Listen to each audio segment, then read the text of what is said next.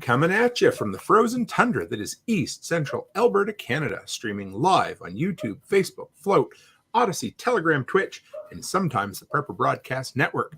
Welcome back to the workshop where we create community, find freedom, promote preparedness, and share success. I am Toolman Tim, and today is October 9th, 2022, and this is episode 182 of the Workshop Podcast. So real quick, before we bring our guest on, as you guys know, we got Ryan coming back for a record-breaking third time. We'll chat about that in a minute. Patch of the Month Club, number one. If you're looking for a way to support me, support the workshop, value for value exchange, all of that jazz, go by patchofthemonth.co. We've had a bunch. I picked up a bunch of subscribers between Prepper Camp and Self-Reliance Festival. So if you're looking for politically incorrect humor, funny patches, whatever it is, you'll get one every single month. Plus, there's not a month goes by that I don't put something extra in the envelope for you. Number two, we've seen a bunch of people coming into the Telegram group. So if you want to become part of the community, grab that link, come by, join us in Telegram. I know there's so many different social links out there, but Telegram is the place we hang out. So if you want questions answered, you want to interact with fellow workshop community members, that's the place to go. So come on by. And Chris Dixon says 5x5 on Telegram. So we're working tonight. That's good. And finally, you guys know I had the chance to interview 5 times August, and his album is officially up for pre-order. So I went on and pre-ordered the vinyl because he needs to pre-sell 200 of them before the company will print them. And I know vinyl is what vinyl is, but I'm excited. So he's a third the way there. He's got 33 days left on the Kickstarter. So go by 5 times August and pre-order, because that's the best way to support an artist, whether it's t-shirts, physical media, whatever. But yeah, so go by, check that out. And without further ado, hello, Prepper Dad. How's Ryan? How we doing? Good to have you. Very good. Yeah. We shared a tent site for 3 nights not too long ago. Yeah, it was pretty awesome, really. Did you have a good time at Prepper Camp? You know, it was a blast, and it, like I told you when we first got there, I was like, okay, yep, it's a Saturday. Before you know it, you're going to be packing your stuff on Sunday afternoon and wishing you had more time. It's one of those experiences that just flies by, and even though you think you have time, it makes you realize how much out there you don't really know, and how much you can really learn from other people, and it's just pretty awesome. So yeah, I had a blast. It was so much fun, and it doesn't matter. You can tell me, you know, I remember Thursday we showed up, we're getting set up, and you're like, Tim, I'm just warning you, it's Thursday afternoon and Sunday evening is going to be here like that, and it's going to be gone. And I think we had a hell of a time. We enjoyed ourselves immensely, but my God, didn't it go fast? Oh yeah. Good times for sure. And what'd you speak on? Yeah, go ahead. So I talked about freeze drying and, freeze drying for survival, and how to plan accordingly for the machinery, the equipment, what you can and can't do with it. Some of the ways you can, build community with that, especially if you don't necessarily have a bunch of stuff to harvest. You can always resource other people and tap into communities and things like that, and be basically a hub for that, and just kind of be able to share the tools physically and kind of expand your connections and do like that by having the piece of equipment. But other things like, what to watch out for, how much your power you're going to need, and what are you going to do if a power goes out, that kind of stuff. So it was cool. And Ryan's rather modest, but his show, or his presentation, man, if it weren't the highest attended, yours was. Everybody loved freeze dry. I think there's a hunger for it, but man, he had the groupies. I got to tell you, the women just come up to him at the end of every show. Just it was people wanting questions about. It was unreal. There was one gal who came up to me at the end, and she was like, "I wanted to be silly at the end and ask you a question, but I decided not to." And I was like, "Well, what? Whatever. What was the question?" She's like, "Well, I was going to ask if you would marry me." Oh. And she was a cute old gal, I was like, that is the sweetest thing. You should have said that. And so beyond this, guys, you got to check this out. So I've mentioned it before. Ryan's been on before, but Ryan is one half of a podcasting duo, father and son. Ryan and Colin Buford, and your son also presented at Prepper Camp. And I got to say, would you think he probably had the record for being the youngest presenter ever? I would say so. I don't know for sure, but I mean, he's 17 and, he was able to take the stage and get up there. And, it's tough talking in front of a crowd of people. And even at that age, at any age, it's tough. And there were some people who came up to me afterward because he was like, yeah, he did good and all this kind of stuff. There's no way I'd have been able to do that. So a lot of people still just appreciated the fact that someone was going to stand up and present on that topic. There was interest and he talked about small engine repair, which is huge for preparedness. Oh, and it was a masterclass of what do I want to call it? Like the technical end of things, like the actual scientific breakdown of it. The dude, yeah, he's a genius for his age. He did well. Yeah. And that's the thing. I was like, just be yourself, you know the material, just be yourself and talk through it and you'll be fine. And I think by the end of the week, he was definitely doing better. It's a little rough that first day, but yeah, I sat in on his very first one. And like, I mean, yeah, he was a 17-year-old kid doing his first presentation. So cut him some slack, but I told him, I said, you got bigger guts than 99% of kids your age. So man, keep it up and you're going to go far. I was proud of him, and he's not even my son, of course. So. I was proud of him too. He's a good kid. So you and we always love to beat around odd topics, strange or just not odd, but just different than some people talk. And so I had you on a while ago. We talked about USB and prepping. So you decided, this is going to be kind of a twofer show tonight. But the first part, you've got some updates on your USB and prepping journey, have you? What'd you bring by tonight? So I'm going to try and scroll through this fairly quickly because what I've done is try and add a little bit of redundancy between the USB things that I had on the previous episode or previous show. We talked about a lot of the things that I have that work together, and I've been working to try and simplify some things. I don't remember if I showed this. It's a Key Smart. I love that. This actually has a tile built into it, and when I push a button, it starts to ring. When that happens, my phone rings. It wouldn't do it at Prepper Camp. No, that's because it had died. Now, the cool thing about this is I can do it the other way around. Oh. I can push a button on this, and this starts to ring. Do you know the range on it? I've done it a couple 100 feet. But it'll actually show your last location and it'll zoom in as you get closer. I've lost my keys in the front door before, and that's how I found it. Okay. Just yesterday or the day before, I was on the range and we were sighting in rifles. So we were doing 50, 100, 150 yards. And we were running four-wheelers back and forth to check, what do you call it? Check the targets and stuff like that to make sure, or reset targets or whatever. And I checked my pockets and realized I didn't have my phone, but I remember I had put it somewhere to keep it out of the sun. And I was really nervous that it had wound up somewhere where it could get crushed or rolled into something else or maybe whatever. And I actually had to use it to find it. And it turns out it was in one of the bags on my four-wheeler. So, but I was real nervous that it might have fallen out somewhere in that 150-yard stretch and gotten trampled or who knows what else. So that's really handy, and I've used that a lot. That's cool. Wintertime, I usually change stuff out. A couple of new things that I got is this. It's a regular Zippo. At first glance, I'm going to see if I can do this at the camera, sorry. But this actually... Check this out, guys. This is cool. It's a plasma built in. I'm not a huge fan of these because of that frequency. It bothers me. But I've always liked this slim style and hard case. I've tried other lighters, and aside from just a regular Bic lighter, it's really hard for me to get through the day sometimes because I'm hard on equipment and I need hard casing around things because they get dropped and whatever. Let me see if I can get this out. Inside this. This is what I was wondering about. Yeah, I wondered how it actually worked. Well, I'm going to show you. So this material, right there. Yep. This is actually a shining material, polishing material. Okay.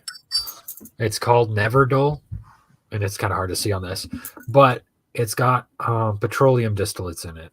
So it's Right. basically like a fire starter that fits within the cap.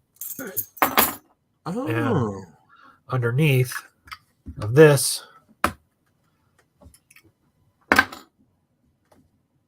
is a micro USB chip. One of the reasons why I put this in here is because as long as I have my lighter on me, I have a second source of ID or photos or proof of work, whatever it might be. And to me, to be able to get back to this Zippo style again was definitely worth it. And so that's one thing that I changed. Oh, I didn't show you this either. So this is USB rechargeable, and that's what I was going to ask you. Okay, so question: do you have to pull that out? You have to pull that out in order to charge. You have to pull this out to charge it, which is actually kind of nice because the sleeve protects that orifice. Yes. And I find that a lot of times, if you do not have something that protects that, it will get dirty, corroded, get stuff up inside of it. So this is one of the recent additions. And that micro US or the micro SD card just sits flat in the bottom, or does it have a what do you call it? Doesn't actually fit up into a slot. So just for everybody who's out there, Ryan's a bit on satellite internet tonight. So if we lose him at any point and he freezes, there he is. So does the no worries. The micro SD card, does it just sit flat in there, or do you? Yeah, just perfect. Let's see if I can do this. So basically, I just set it flat in there, and then it's just small enough to fit. And most people aren't going to pull this out unless it runs out of fuel, right? Or when it charges. So if I'm using it frequently, or if I go to charge it, then I have access to that. So I could put whatever kind of information that I want. And then in some cases, you can actually read those with your phone. I'm not quite there yet. But the idea being that, I could put maps on there, whatever I need. And I mean, even the cheapest, what are they, 64 gigs are some of the cheapest ones now? And I mean, what can you put? 64 gigs, you could put multiple seasons of TV shows if that's what you're into. I mean, it's crazy. Well, and some phones have SIM cards like that in them. So it might be a matter of changing out a SIM card to be able to communicate in a different way or on a different... whatever. Would have been handy for me when I was in the States. Yeah. Right. Let's see.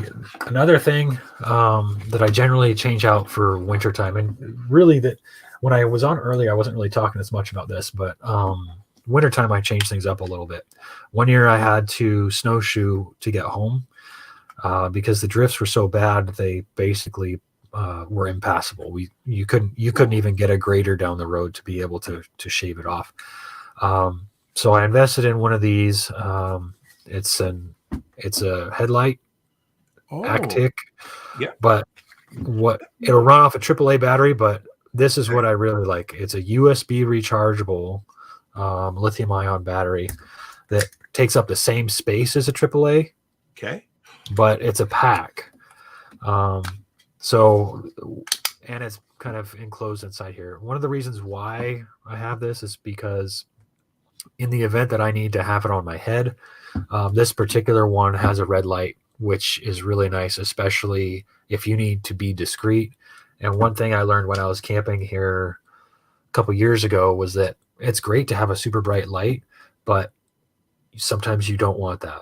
Sometimes you really need a low-key light, and that's one of the things that provides. Also, if I have to work under my truck or something, then I can put it on and have, if I'm changing out a tire, I'm doing something like that, I have both hands free. I'm not worried about that. Got a shout out to my daughter. My other daughter dropped in tonight. So hey, Gracie. Hey, Gracie. She's here for Thanksgiving dinner. Oh. So yeah. Oh, happy Thanksgiving, by the way. Thank you. Yes, she brought my 4 hairy grandchildren, all 4 dogs with her. So. Nice.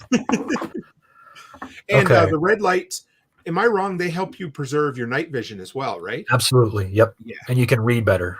So if you're lost or you're orienteering, that's way better for you. So I'm going to show you one more new thing, and then I'm going to Well, I'm gonna wait on this one for 1 second if we got time. Oh yeah, we're good. I'll make as much time as we need. I always enjoy talking to you. So, and this is stuff that, like, the headlamp is going to be like maybe in my bag or my truck or something like that. I'm not going to physically carry it on me. This is something that I physically carry on me at all times. This is a Nebo Slim Plus, and you can kind of see I've beat it up a little bit, and it has withstood quite a bit of punishment. I like this because it's got a magnet on it. Yes, it does. And you can hook it to the hood of your truck and be able to work underneath of it if you're doing something. You can stick it on the rim of a tire if you're out, or you can use it to identify materials that are ferrous, which can be useful if you need to do certain forms of work or whatever. Or if you need to find out, hey, this thing looks like gold or whatever, but then it pulls up with iron in it, basically, then it's junk or garbage or whatever. Now, this light is extremely bright, but what I like about it also is that it's got one of these laser pointer, which in the field, it's nice to be able to have a laser pointer. So you can be like, oh yeah, hey, I need you to take a look at that pipe over there that's running right along the wall or whatever. You can also use them for training dogs, right, or guiding dogs. Or if somebody just sees that in the distance, they tend to slow down if you're in a pinch. Might buy you a couple seconds. I might not have a firearm with me, but having the impression of a firearm can sometimes deter people. Now, one of the other things I like about this is it's also USB rechargeable. Nice. And it, if I can get this thing off, it acts as a power bank. Yes, it does. So in this way, I have one source of power. So this is one. This. Oh, we lost him again. He froze up for a second. He gets so excited about talking about the USB stuff that I think he might still be on Starlink. I can't remember, but he doesn't get the beeping as much anymore. So we'll give him. There he is. Sorry about that. No, don't worry. So this is a Zippo hand warmer. I lost it in my, because I couldn't find it for the show, and I was like, God, where the hell did I put that? And I looked in my coat pocket in my winter coat, and there it was. So I haven't done anything with this since last winter, and I've got, let's see if I can see that, 1 bar. That's 2 crazy. bars. Yeah. So that's been set in, oh no, wait a second, that's my controls. Let's see if I can figure out how much juice I have in this thing. I've heard good things about them. They're exceptional. What's nice about these is they are also USB rechargeable, and they are also a power bank. 5,500 milliamp hours, and it's already starting to get warm on me. I got to figure out how to turn this thing off. And it's crazy because, from what I understand, I mean, to generate heat is a fairly big drain on the batteries, but they've managed to do pretty good with it, I think. Oh yeah. And what's nice is you can actually sling it, wear it in your shirt or in your coat or in your pocket or whatever. And that will help you. Like I'm thinking along the lines of, hey, I'm going to get stuck in the snow. That's probably wintertime. That's the most common hazard or thing I need to be prepared for. So that's where this comes into play, because if I leave my car on and running, I'm going to drain fuel faster than I'm going to drain that battery. Right. But if I'm just using it to charge this and wear it inside the vehicle, then I can turn on the vehicle, keep warm while it's running, shut it off, and then basically stay warm with this longer. So it'll extend the life of the vehicle or fuel that I'm burning up in the event that I'm stuck for more than a day or two, because I don't want to have to walk. But if I do, then I can take the heat with me. It's that submarine mindset. It was Stephen Harris used to talk about it. They'd go up, they charge the batteries, and then they would run silent, run deep. They would basically charge everything up when everything was running full, and then they would take the power with them as they needed. So yeah, I like that. So that's 2 sources of power. I think I might have shown you my phone last time with the case. This is actually an iPhone. Share it again though. You showed me at Prepper Camp, and I love that. I got to yeah. So this is actually a Mophie case. So there's You can see I've abused this thing pretty bad. Throughout the day, it will run off of the battery and charge. So I don't know if you can see that. Is that a? Yep. No, that's the wrong side. It's hard. One of them. Well, anyway, so it'll actually charge the phone in between uses. What I like about these is whenever you have a case that can come apart, you have a place to put stuff. Okay. Yep. Even one bill is enough to be able to get you through. And sometimes if you lose everything but your phone, then you can still at least barter your way to the next town or pay for someone fuel, that kind of stuff. So definitely useful for that. Plus, what it does is it takes that iPhone and it makes it match my other platform. And that to me was critical. I really wanted to make sure that happened. So you centralized on USB mini or micro? I can't remember. Yeah, and we talked about this a bit at Prepper Camp, but it kind of appears obviously the standard's changing, isn't it? Yeah, it is. So, and luckily there are advancements to where the change in the cord isn't as bad as it seems. And here's an example. So this is a cord that I have on my keychain that can come off. Okay. USB on one side that plugs into whatever. And this is what I thought was really intriguing. This is a dual cable. This will go into an iPhone and a micro USB port. It's the same cord. Yeah. And it looks like it's almost the same shape as a USB-C, but it will not work for that. So it's possible that eventually we'll start seeing some of those things pop up where, we might have 2 or 3 different styles, but you can make minor changes to the cable itself, or something where you can have one cord that can power an iPhone, a micro USB, and a USB-C. So I love it, because whether we want to or not, I think USB-C is going to be the standard going forward, and just got to kind of live with it. Did you see the EU just passed a law forcing Apple to adopt USB-C if they're going to have a charging port? Really? Yeah, which never works good when the government forces something, because I think what'll happen is they'll just go wireless. They'll say, well, if we can't do it, we'll just go MagnaSafe, and then all of a sudden, and they'll play it off as they're being environmentally friendly. But real quick, guys, I threw the link to Ryan's first appearance. This was back, had to do some digging to find it. It was back January 30th, almost a year. So I wonder if I actually talked about my vest. I'll get to that here in a second. I wanted to show these off too. These are power supplies. It's a small, so here's the Zippo. Oh man, it's not very big. Okay. I don't know if I can match that up. Sorry, I'm not used to working on a camera, but this is actually a solar cell. Yes, it is. So love it. It's small.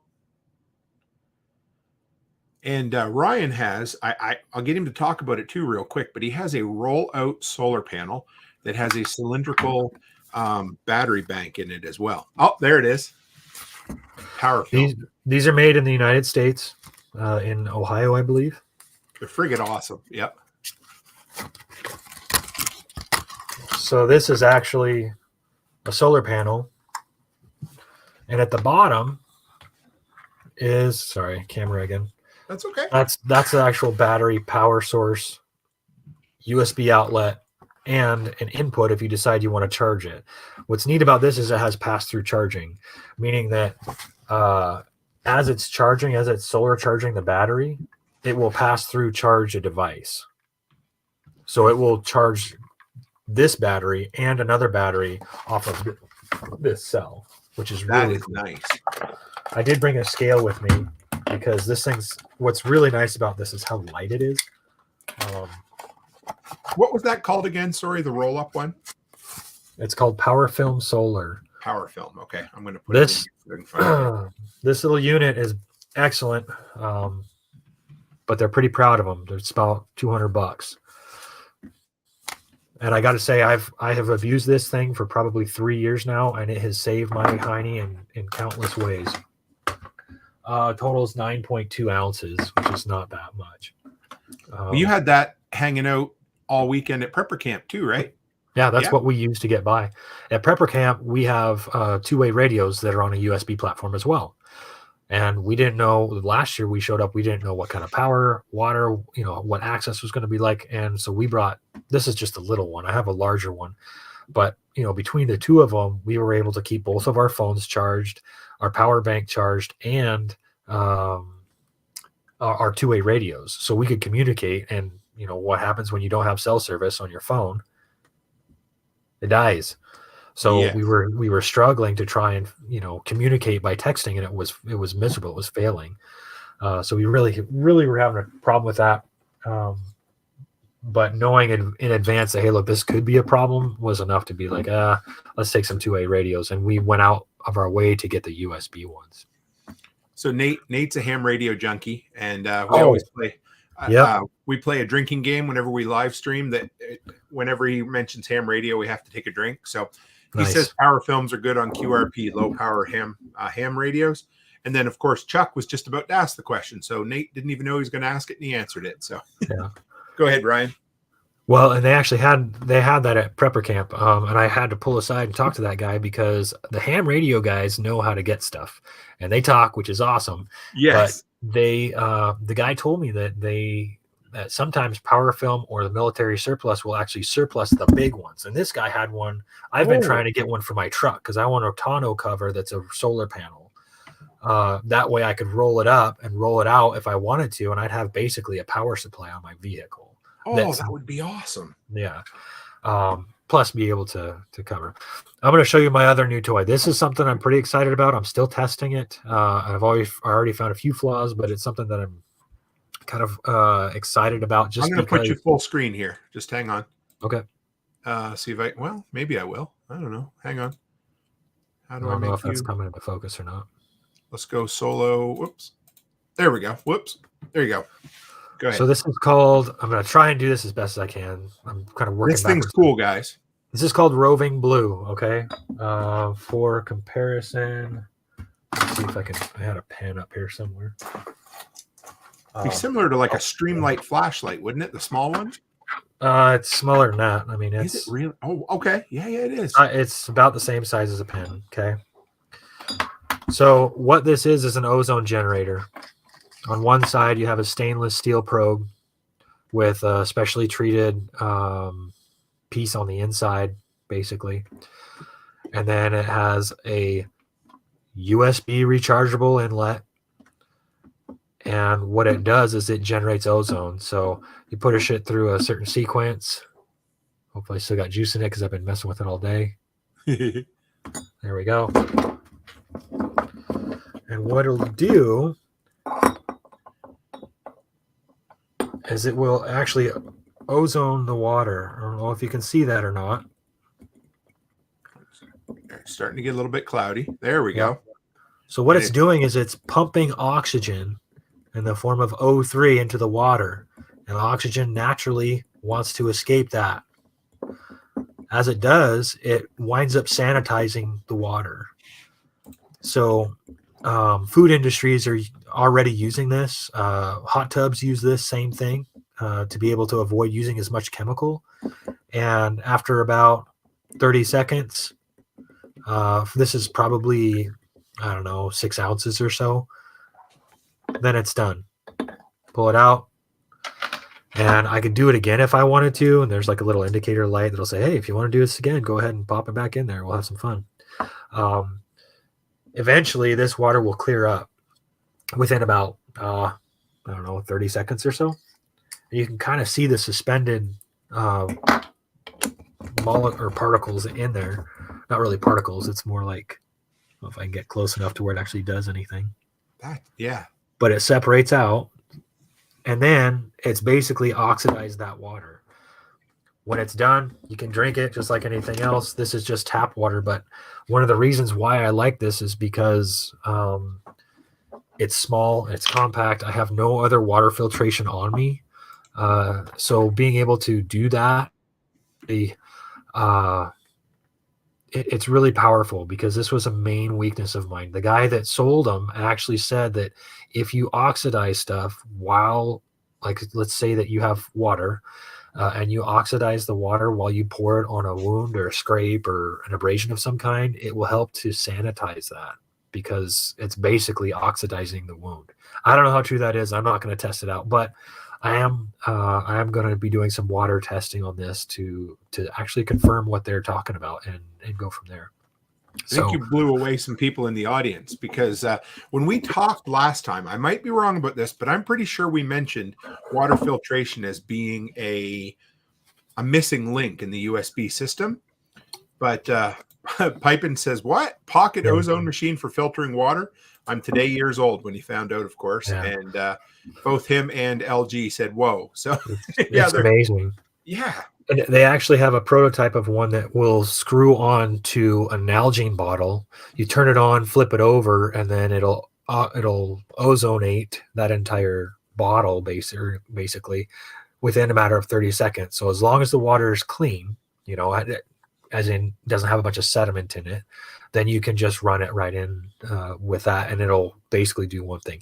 It's a little bulky, and you have to use like a Qi charger for it, which kind of put me out of what I was looking for, because I was like, shoot, throw me that USB and I will make it happen. I will find a way to make it work.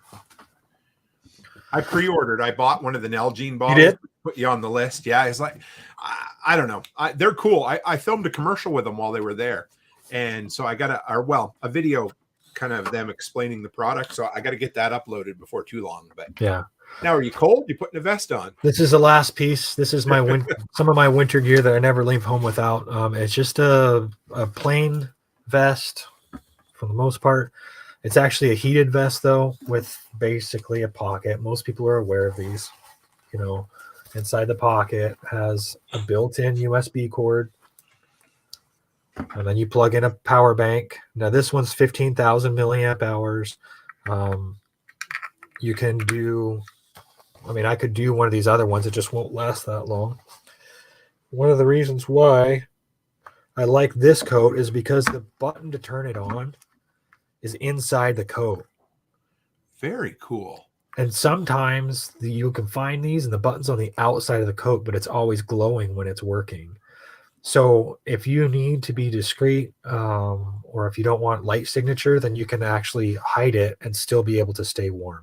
Now, obviously, this isn't going to do anything if you're an infrared, type of situation. It's probably going to light you up or the whole field. But this is a lifesaver. I use this when I am plowing snow on a four-wheeler.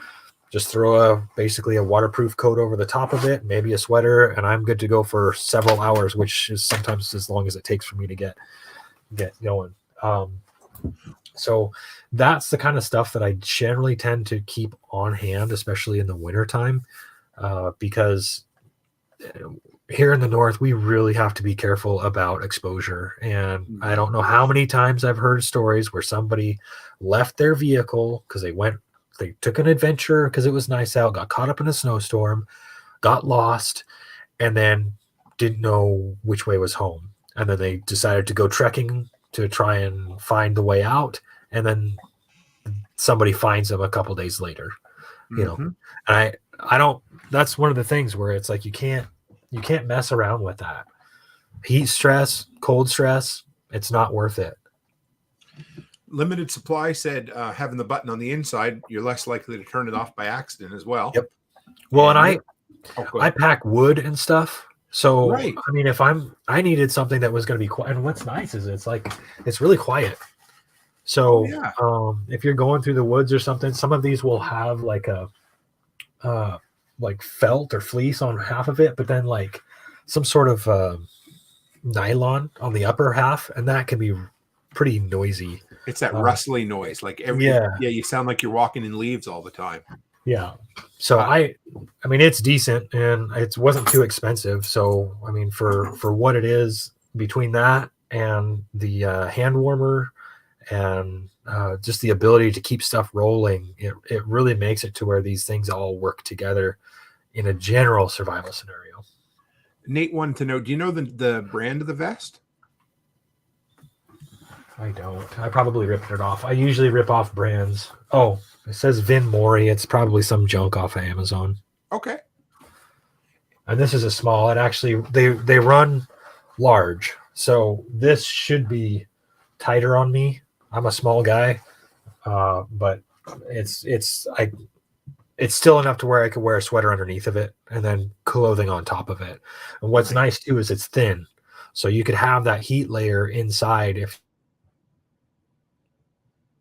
Oh, yeah. So Chuck just brought up here, and Chuck knows too. He said waterborne illness is what kills people in a grid down scenario.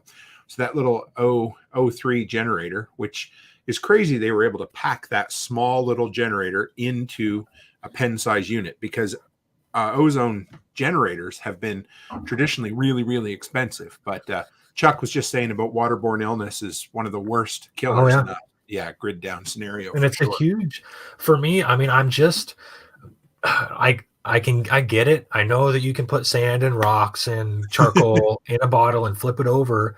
It'll come out clear.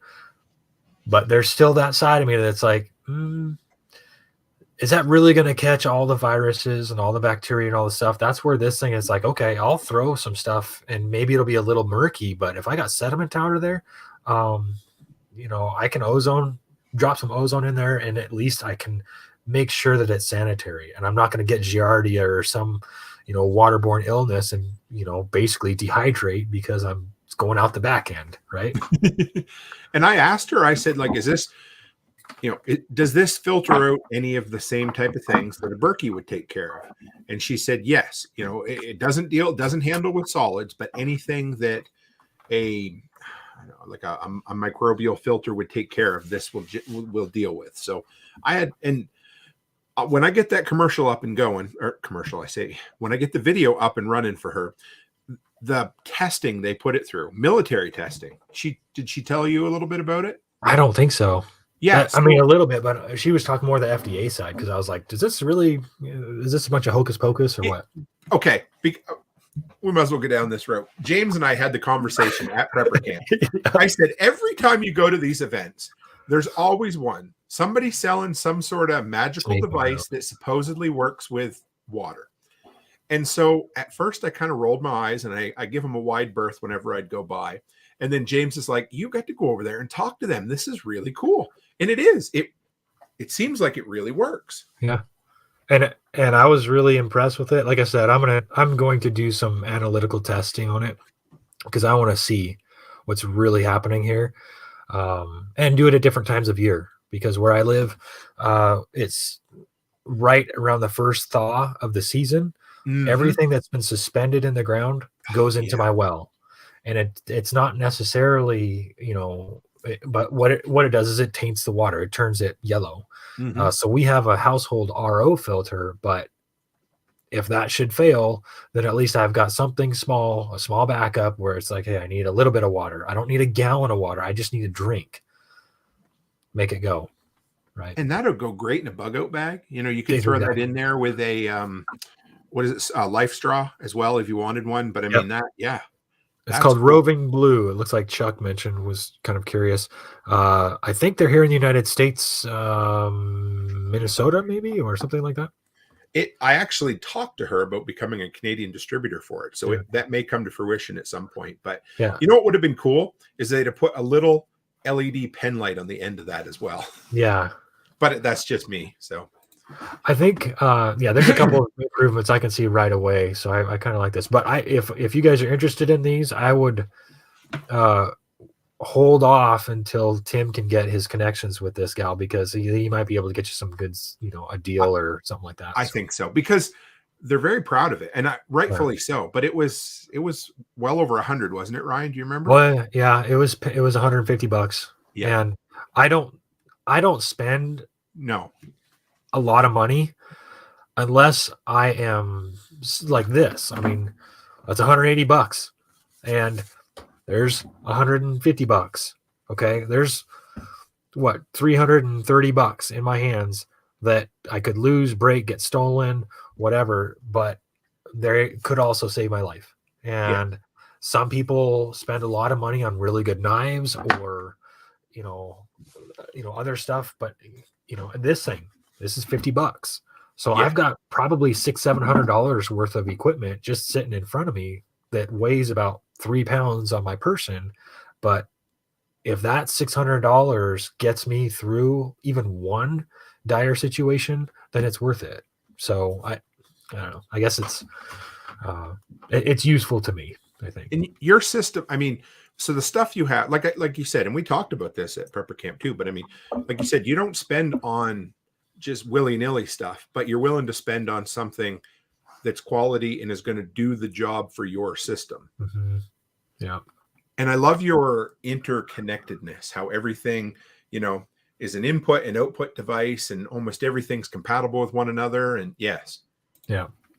Chuck said he saw it for $150 on Amazon. Yeah, that's about fair. So I guess I didn't get ripped off at Prepper Camp. Yeah. So I'm going to show you one more, and this is kind of an odd one, but I found this and I was excited for a couple of reasons. This is a razor, an electric razor. Oh. With a normal plug on one end and a USB on the other. Now, most people will be like, "Oh, what?" And this is about $20. You can get them at like Rite Aid. Yep. Oh, they can turn on. Yeah, it's still not. It was dead, so I can't really show you how it works. But it's basically just a push button. What I like about this is the portability and the potential, like the platform side of it, where it works with like another charging device, basically. Right. The reason is because, especially now, in the event that I would need to wear a respirator, if I'm not clean shaven, that respirator isn't going to do anything for me. Right. So and I keep a respirator in my vehicle, in my shop or whatever, if I look up and there's a mushroom cloud hanging out in the distance, it's kind of daunting. And if I'm not clean shaven, I don't want to go run around looking for a razor. I don't like how it's noisy, but in a pinch, if there's other stuff going on, I can at least get by. And I just throw it in my work bag, and then if I forget to shave at work or before work, then I'm clean shaven before I go in. So I actually do use it. And it's not too terribly heavy. I mean, it's maybe 3 or 4 ounces. Yeah, 3.7 ounces. So, but I don't know. It's something I can take on a plane. That's important. Because if I have to get on a plane, you can take razor components, but a lot of times you can't take razor blades. So, anyhow. When I worked in the oil patch, we had to be what they call it, seal fitted or whatever for masks, because we dealt with H2S, and we weren't allowed to have beards. We could have mustache, but not a beard. And some of the consultants would let it slide, but a lot of them wouldn't. And so they, if you show, and rightfully so, because there were wells I was on that, one sniff and you were done, just like that, right? You had to tube up.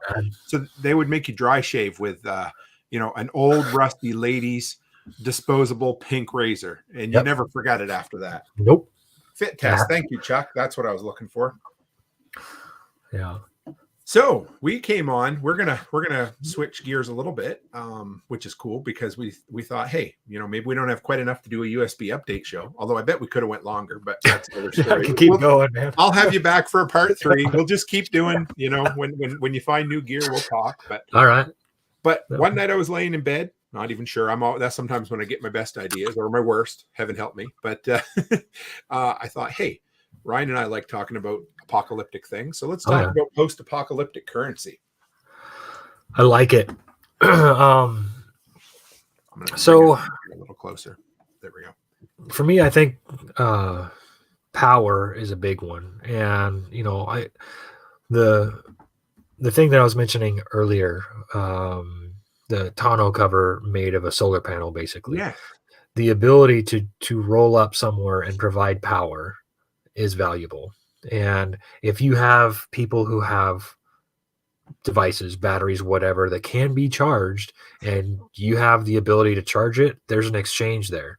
Yeah, sure, I'll charge your stuff. I'll give you some time. Just like on that movie of Eli, he traded, a couple of towelettes and I don't know, some other thing, oil or something like that, for enough of a charge to get a battery going so that he could power his cell phone or whatever.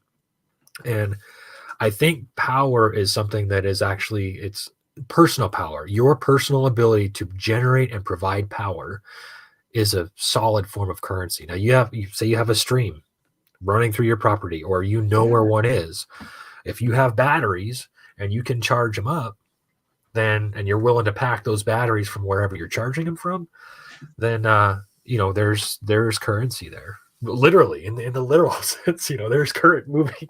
Oh, geez. That's a dad joke. That is a dad joke. That was a prepper dad joke there, guys. Yeah. I appreciate it. You beat me to it, so that's okay. But one of my favorite post-apocalyptic TV shows is Jeremiah. It had, and not everybody knows it. It was a Showtime show. It has not aged very well, but it took place, I want to say, so everybody in the world died who was over the age of 13. And the show took place about a decade to 15 years after the Big Death. So, the youngest ones. And it was really, really good. And two currencies. Number one was batteries. So there was a couple of people who had managed to kind of scab together a mini alternator generator. Because, we're talking 10, 15 years past, right? So things were, but there was people who'd figured out ways to recharge alkaline batteries, rechargeable batteries. And that they were very, very in demand. They could ask for what they wanted. And another one was canned goods. Now, this again was 10 years down. So basically all they had was unlabeled, dented cans that they had found in the back of a grocery store. So what's your thoughts on, obviously food would be a currency, but consumables, because, the one we all think about is silver and gold. And I want to chat about that a little bit after, because I don't think that would be much of a currency during the collapse or even the first year, maybe down the road. But the thing about, what did I bring it up here? But basically it needs to be a finite resource. It needs to be desirable and or like you said, a skill to make. So for you, making electricity or storable electricity was a skill. But the consumable thing means, okay, nobody's going to have any new canned food other than maybe mason jars. So it gives it kind of a second worth, because it's worth in trade, but it's also something you have to decide, am I going to eat it or am I going to trade it to the next guy? Before it goes bad. Right. Because you don't know. Or after. That's a good point. Yeah. Very good. So I don't know. I'm kind of not a history buff, but I do like some aspects of American history. And one of the things, especially the region that I live in, that struck me is these two guys, Lewis and Clark. Now they came from Pennsylvania, and basically, and I'm going to butcher this story, but I'm giving you the ultra quick show notes. Basically, they came from the Mississippi, and they mapped out the rest of the United States going all the way to the west, to the West Coast. And they had to get by with the skills that they had. They had to hollow out their own logs to make canoes, to take waterways. They had to, keep their horses alive, do all that kind of stuff. But one of the things that I found really interesting was their ability to barter and do it in a way where they were like, okay, we know that we have good steel, that we have firearms, that we have the ability to bring these to the table. What do you have? And they would lay out mats and basically do this. And here in the Pacific Northwest, seashells were used as currency. And the farther away from the ocean you got, the greater the currency was, because the Native Americans would use those seashells as decorations on wedding dresses. Because they were so rare. But you go walk along the shoreline and you can find them all over the place, But if you get just the right kind or just the right style, they would take opal, like a clam shell, and then crush it and then sand it down or abrade it or somehow on a rock or whatever, and they would make small figurines or small shapes like trapezoids or teardrop type shapes or whatever, and then drill a hole in it, and then they would turn those into necklaces, or they would use them in between the breastplates. Right. So they'd have bone that they would use, and bone is something that they would trade as well because that was valuable because you had to do work to get the bones out. But once you did, those bones provided a breastplate, which was a form of what do you call it? Self-defense, I guess, or protection. Or yeah. Well, and I didn't really think about the proximity thing, but the worth of the shell is exponentially related to the distance from the shore you are. Because where I grew up, sea glass was everywhere. Yeah. But, if I wanted to go to a farmer's market here and sell sea glass, I'm sure I could get a huge premium on it simply because it's just not a thing. Yeah. That's one of the reasons why I've been kind of working to ramp up this Washington freeze-dried apple thing, because I can get them all day long here in Washington State. But are you going to be able to get them in Florida?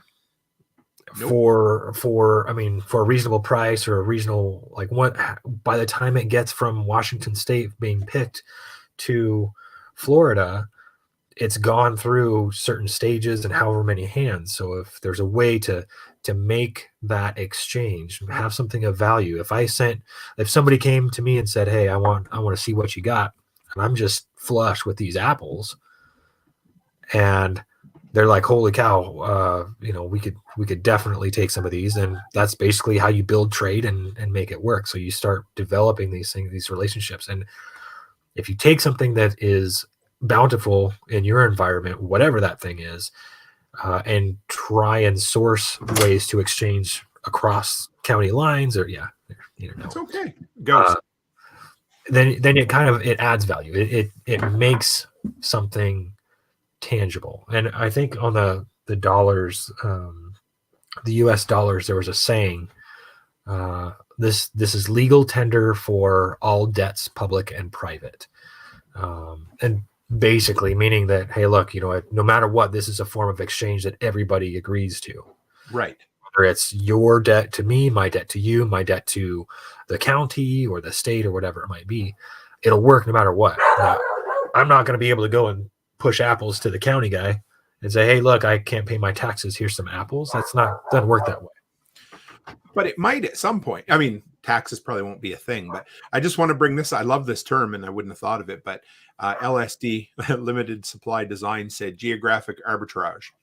And that's exactly it. And I wanted to go back quick here. Nate Lemaster, our ham radio dude, says skills would be the most important. Barter your skills for things you can't do. Yeah, absolutely. Especially if you have it up here, but you don't have it here. Your shoulders are out, your knees are bad, your back shot. Yes. If you know how to do it, you can tell someone else how to do it. And be able to pair up sometimes and be able to still add value to a unit or a group or whatever it might be. I had books written down as well. It's okay. No worries. I had books written down because, again, knowledge. And I remember somebody saying, and I can't remember what book it was in or what story, but it might have just been in the Going Home series. And he talked about, he's like, how every book that's ever been written is going to be written. When's the next time a new book is going to be published, right? So in a grid down or just a bad scenario, knowledge would be great. Because, Harlequin romances will probably be kicking around everywhere. But how many books on because they're literally everywhere. But how many books on canning or first aid or, and you're not going to be able to copy them unless you're, the Book of Eli. And that's a whole nother story. Well, and I keep a winemaking book in my gear, and it's just a little pamphlet, but my God, that thing has everything in it on how to make. I made some amazing blackberry rhubarb wine, and I wanted to bring some to prepper camp, but I couldn't just because I couldn't get it on the plane without checking, and I knew they would destroy it. So, anyways, I can do crabapple or blueberry or whatever, but without that recipe, it's just not up here. So having a book, a good quality recipe book, or certain things like that, it really makes it helpful to have something. I think my neighbors must have some night vision goggles because they're popping off down the way. So really? I think doing stuff. But cheers to that. So Yeah, as far as skills go, I don't know if you've ever read A World Made by Hand with James. I haven't. So it's an It sounds awesome. Oh, it's so good. It's a 4-part series. My buddy Carrie recommended it to me. It's James Newton, maybe. I can't remember his last name, but anyway, it's awesome. It takes place his idea was post peak oil. So basically everything went back to kind of 1800s in the US. Mm-hmm. And the main character had carpentry skills. So he would go around and he would salvage, because we talked about post-apocalyptic salvage last time you were here, but he would go around and he would salvage wood and building materials from wherever he could. And then he would take on contracts for people. Basically, I'll come and I will build this for you. He built a hotel for somebody. He redid an office for somebody. And he would trade for whatever he needed at the time, whether it was food. Sometimes it was silver, because then he could take that silver. But the economy had built at that point. Yeah, I think, early stages is, I think, where most people are going to struggle, because having piles of gold and silver, what are you going to do with it? I mean, unless you can foil it or make colloidal silver, yeah, you can do that. A lot of people say, oh yeah, you can do an exchange, but silver is going to be worth different things to different people. I mean, go down to New Mexico, you can get silver all over the place, and they'll just sell it right on the side of the road. And up here, there's mines, so I can go to the mint and get coins, but what am I really doing with that silver? Am I exchanging, or is a ring worth a certain weight capable of, buying a loaf of bread? That's kind of where it's like, what's the equal exchange when it comes to silver? That's where I struggle with that. I mean, I did an episode that like a shorter one while I was gone that was replayed on silver and gold, and I do, I do buy silver, so I don't begrudge it. I enjoy it. Yeah, I have silver.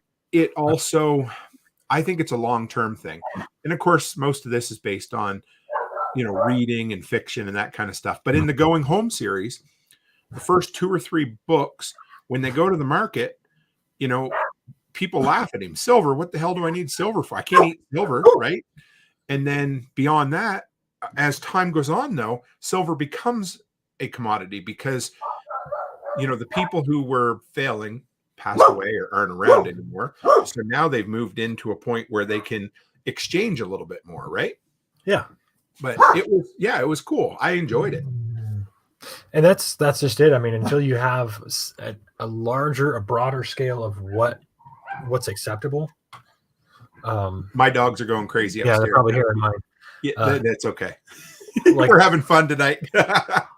Until it's a broader acceptable level, that gold and silver isn't going to be as valuable as I've seen here in chat a couple times. It's those skills, yes, or that ability to do something. One thing that I put on my list was I'm just going to shout out to Ghost Queen right now. That's a name I haven't seen in here before, so thank you for coming. I've seen 2 or 3 people tonight that aren't here all the time, so it's great. Yeah, I think we hit 21 live viewers just a minute ago, so we're doing good. Yeah, very cool. One thing I put were good metal files. And it might not seem like it's that important, but if you know how to sharpen a chainsaw, or if you know how to sharpen a saw, or if you know how to carve a bump key, or if you got a piece of spring steel and you just pulled it off of an axle or something like that, just a piece, or even a lawnmower blade. If you can put a decent edge on a lawnmower blade, and file it down to where you can actually handle it, with the other hand, something like that, and just having the ability to do that it allows you to kind of do a very basic level of not blacksmithing, but something like that. So Chicken Hawk, good buddy of mine, just seen him at South Reliance Festival. This is right up your alley, Ryan. Oh, yeah. So freeze-dried food, money of the apocalypse. What do you think? Absolutely, especially if you have individual ingredients. And if you do it yourself, I think is a big one for me because freeze dried food. And I noticed this at prepper camp. There were folks selling freeze dried food, like I don't even know if I can get it in the picture, but it's like a Big. bag the size of a basketball of beef stroganoff. And it's like, well, wait a second. You open that bag to make a serving for your family of, you and your wife and 2 kids, 2.5 kids or whatever. And maybe the neighbors come over, but you're not going to go through that whole thing. So you have to be able to have the means to preserve it after that, or you're going to it's going to go to waste. And that's one meal that took up a bunch of space. So if you have ingredients, raw stuff that's freeze dried, then you can at least have flavor and mix things in a little bit different, like spices and powders. And I'm actually thinking about doing lavender, so that because I got a lavender plant that's ready to go, and I want to take that to try and freeze dry it to reduce it to powder and see if I can use it in other stuff like soaps or anything like that, instead of or infusing oils or things like that. Just going to shout out to Jake from Ravenwood Acres too. Nice to see him in here. He's finally back stateside after being in Korea for quite some time. So Wow. Yeah, he's a good feller. Awesome. He's coming on the show in a couple of more weeks, I do believe. But so that was something I learned from you and at prepper camp. And I don't know if it was during your presentation or if it was just in one of our conversations, but I always knew how fast freeze-dried stuff would start to reconstitute. But I never thought about those big Mountain House buckets. As soon as you open them, or whatever it happened to be, all of a sudden moisture and air becomes your enemy. Oh yeah, and hard and fast too. I mean, if you don't have an army to feed, then those big buckets are unless it's packaged properly, you're gonna have to watch out. It was mentioned in chat, putting freeze-dried foods in smaller jars. That's exactly what I do. I put them in mason jars because they're airtight, they're watertight, and just hand pressure on the top. I don't have to vacuum seal them or everything. I've got stuff that's 5 years old that's still as good as the day I made it, and no issues. Bags is where your problems can go, or bulk is where problems can be. So mason jars are actually a form of currency, I think. Oh yes, they are. Even at some point, probably even just empty jars in general. But I never even put mason jars down. That's perfect. I mean, you can do a lot with just a couple of mason jars, 2 or 3 of them. And I like old mason jars, especially the ones, because sometimes I'll go around at antique stores and I'll find some of the older ones to see how they were designed. And I actually have a half dozen flip top style mason jars that are the old ones. They do make newer ones, but they're like quart sized jars with a neck on them. And that's what I put my sourdough in. And I've got one for flour and one for sourdough. And that's how I get through every other morning, Aaron says to stock up on Mylar bags and a vacuum sealer. Not a bad idea either. And go ahead. Sorry. I was just going to say, along with that, if you have power, a good tool to have is a flat iron, like a hair flat iron. Because a lot of times the Mylar bags you get, if they're the big ones, like the 5-gallon ones, you can reduce those down to 1-gallon bags. And that's what I'll usually do. Like if I get a 25-pound bag of rice or something, I'll take a 5-gallon bag and cut it into fifths, and then I'll have, I'll distribute it evenly on 2 or 3 pounds per bag. That way, when I open the bag with my oxygen absorbers in it or whatever, then I can go with that. But also, I can be able to determine which bags have failed. So if a bag had failed, it might not ruin the entire batch. Anyway, that's what you come for, people. Tips like that, cutting up a 5-gallon bucket into 5 1-gallon bucket or bags. That's awesome. And what else we got here? LG says the only freeze-dried food I have are individual ingredients. The pre-made things often have way too much salt. Mm-hmm. You can always add salt if you need it. I personally, if you have good ingredients, then you don't need a whole lot of salt. What I have found is that, and just in looking into freeze drying and stuff, the bulk ones, they put as much as they can, as cheap as possible, into those industrial sized machines, and you get what comes out. The problem with that is that you get all the preservatives and all the garbage and all the sugars and everything else, and all those chemicals are basically they're hidden by salt, Right. sugar.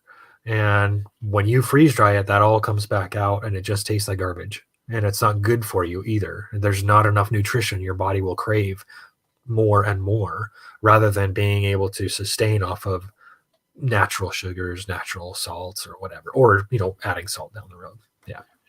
Aaron said, and I saw Survivor Jane talked about this a little bit at Prepper Camp, I think. I'd never heard of it before. But a brake sealer or something like that is supposed to work for vacuum sealing jars with no power. Have you heard anything? And I think you're right, Aaron. It's something along those lines.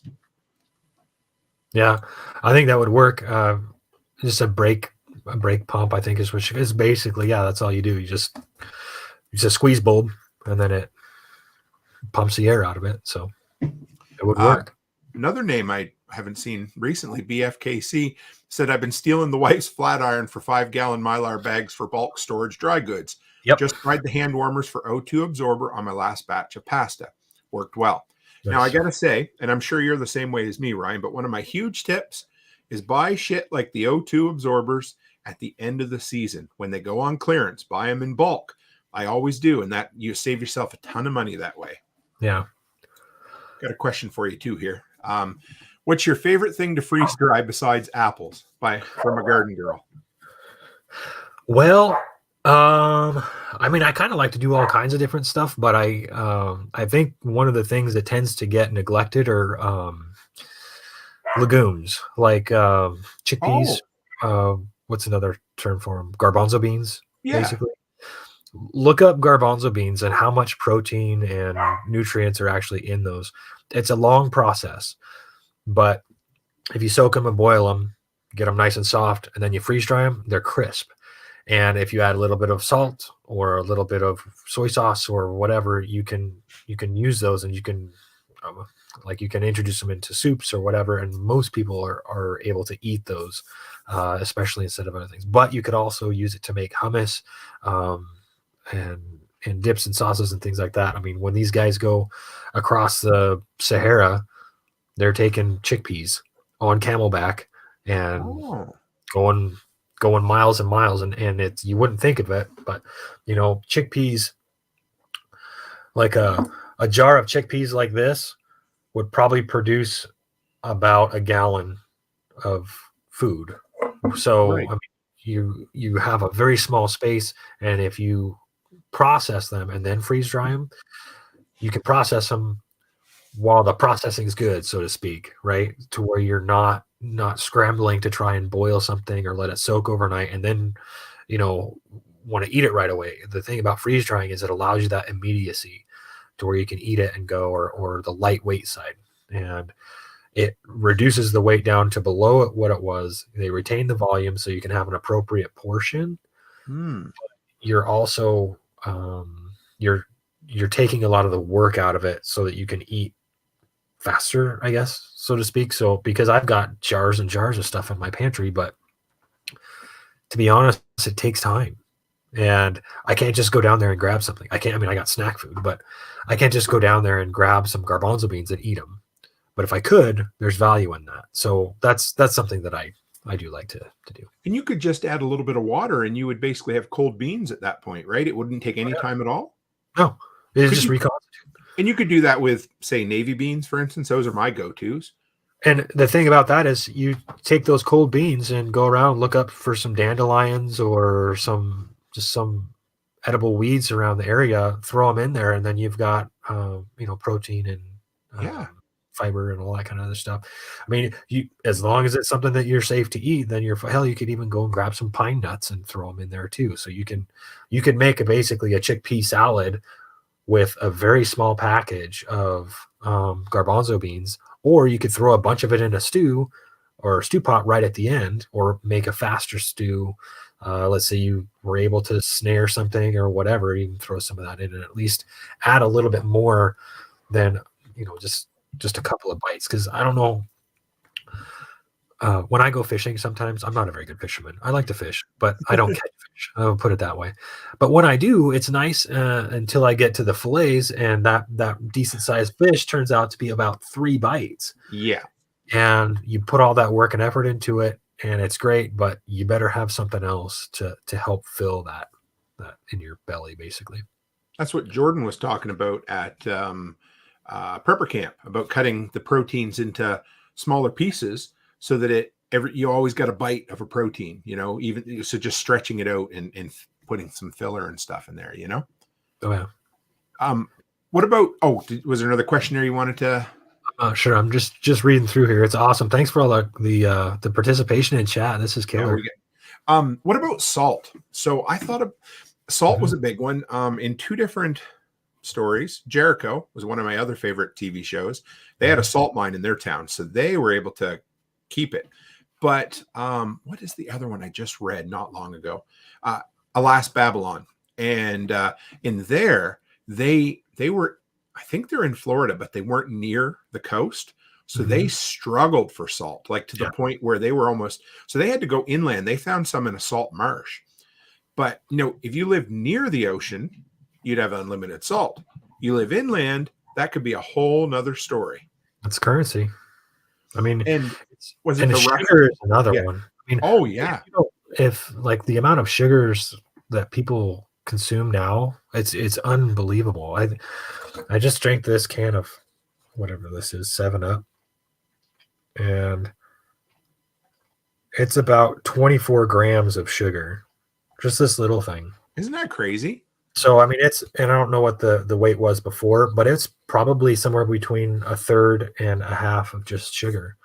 And I hate drinking this stuff, but I just needed something for the show so that I'm going. But anyways, when people get off sugar, that's challenging. That's very challenging. And if you cut people off sugar, you're going to have some problems. So, it's nice to be able to have natural sugars and kind of build that tolerance up now, because then that way you won't even want that other stuff, right? But and you don't need as much either. So like when you actually go to eat sugar or something sweet, you don't need to eat a whole bag of M&Ms or whatever. You can just get with one little square of Hershey bar for a day or a week or whatever, however long you got. I'm going to shout out to my Scottish brother, Jaggy. Just so you know, brother, you got another pen pal letter coming across the ocean. So him and I are snail mail pen pals. So awesome. And it's like 3 or 4 in the morning in Scotland right now, but he pops in sometimes. Yeah. Go ahead. I was going to say one thing. There's a note in chat about wars being fought over salt and how bags stack them up. You can always bust them apart. So one thing that I prefer over regular iodized salt is Himalayan salt, the pink Himalayan salt. And you can buy it in blocks that you use to grill salmon on, right? Really? Your barbecue section or whatever of the store. And sometimes you can get a 2-inch thick block that's about maybe 6 inches by 9 inches, 10 inches maybe. And just having that block around can be enough to where you can just shave a little bit and put it in a shaker or a grinder. Basically, that's what I use. But it's because it's condensed like that. The blocks are pretty heavy, but because it's condensed, you don't have to worry about space as much, and you're not going to have any kind of rodent activity or anything like that. It's nice to have granulated salt as well, especially if you're curing things like meats or doing kind of salt preservation. But with that pink Himalayan salt, it's very, I don't know, it's saltier. I don't know. I don't need it. It has a flavor. It does. I use it too a lot. We buy ours at Costco. You can buy like a fairly big, I don't know, like this, and it refills our grinder. But a place I found really good luck if you're looking for just dirt cheap salt to put away, 50-pound bags at farm supply stores. Yep. And almost always, if you look at them, they're just regular old Sifto salt, table salt, like $9 for a 50-pound bag. You can't beat that. Try buying that at the dollar store, That's awesome that you can do that. And the type of salt, there is a difference between types of salt too. So people should be aware that there's iodized salt, non-iodized salt, pink salt. There's actually like blended salt. So, and this is kind of where, back to freeze drying. If you have freeze dried garlic, Yes. then you can make garlic salt. If you have freeze dried celery, you can make celery salt.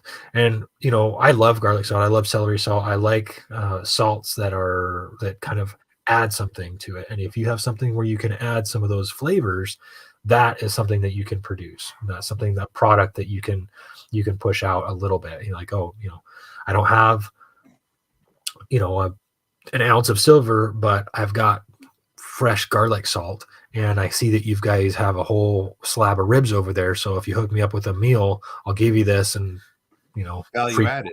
Right.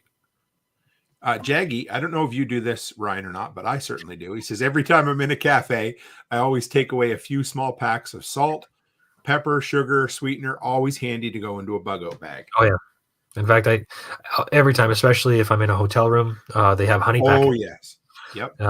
So I'll chase down the honey packets, and sometimes I'll have peanut butter. The jams and jellies are a little tougher, but it's better than nothing sometimes.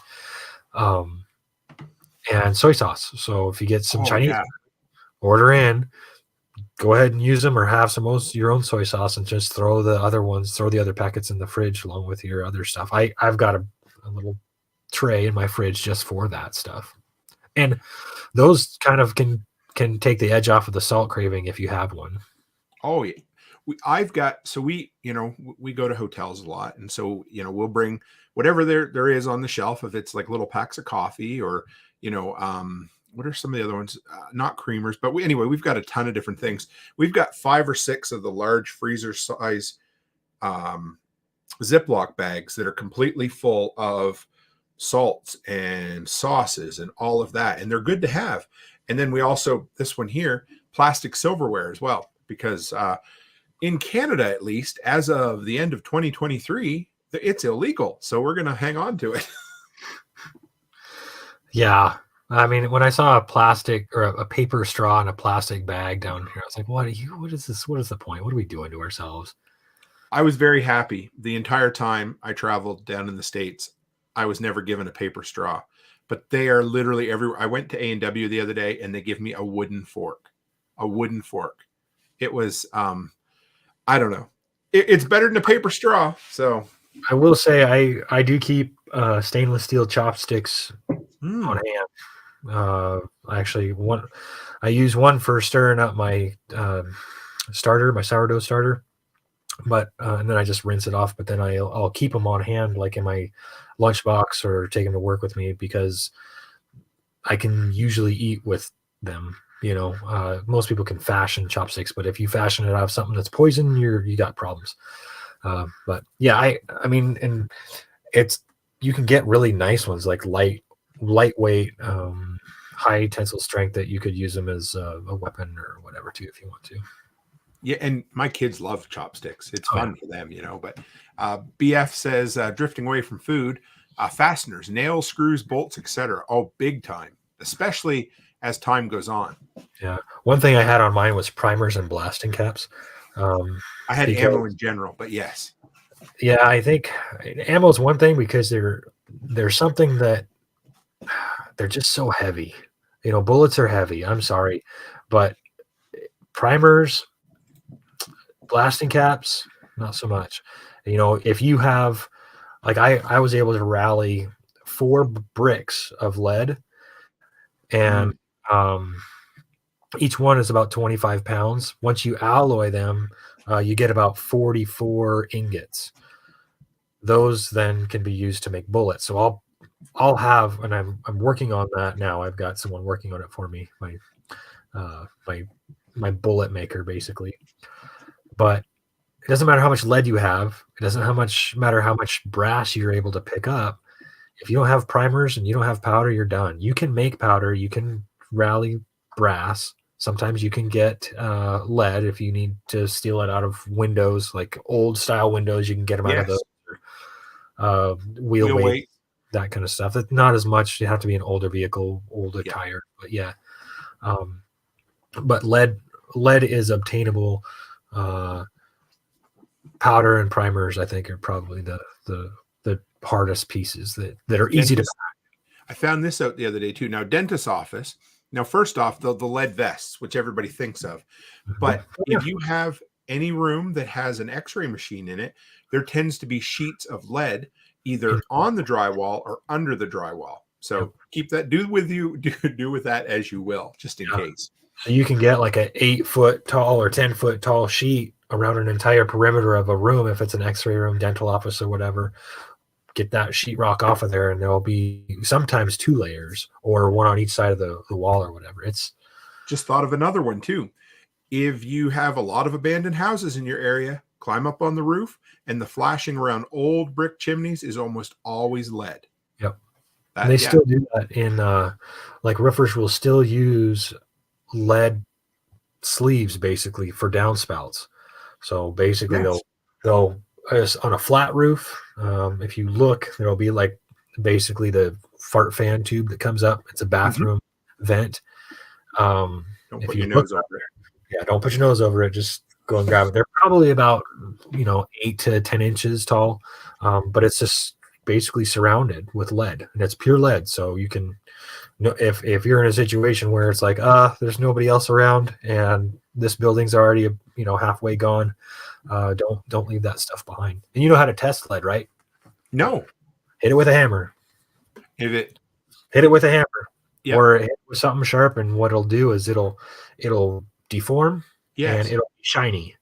So if it looks dull, which lead will usually look dull on the outside, hit it with a hammer or something sharp, and it'll scrape basically because it's so soft. And lead pipes are another one. If you hit it with a hammer, you'll dent the pipe before it breaks. And that's kind of one way to be able to that. Another thing too is if you have a magnet, you can tell if it's got steel pipe or lead pipe. I about 5 years ago, I picked up about, I want to say 5 or 6 2.5 gallon buckets of wheel weights from a local garage, brought them home and processed them on my barbecue. So if anybody wants to know, you can melt lead. Oh, it was, I'm sure it was not safe at all. So I took the wheel. I had a big, 5 gallon stock pot, put them in there and just heated them up. Sorry, wasn't my barbecue. Turkey boiler, turkey. Yeah. Sorry. Yeah. Don't mind me.